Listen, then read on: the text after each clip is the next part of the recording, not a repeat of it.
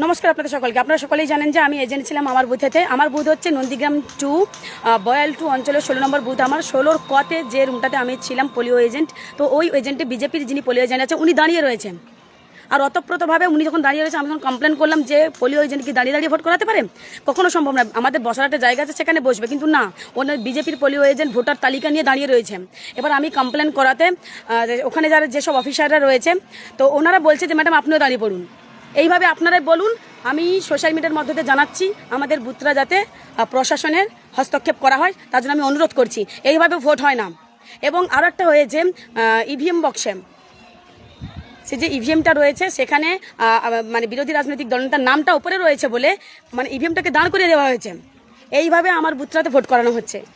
আমি প্রশাসনের দৃষ্টি নজর মানে করছি যাতে আমার বুথটাতে দেখা হয়। এইভাবে ভেতরে ভোট করানো হচ্ছে, আমার ইভিএম মানে বক্সকে দাঁড় করিয়ে দেওয়া হয়েছে, বিজেপির পোলিও এজেন্ট দাঁড়িয়ে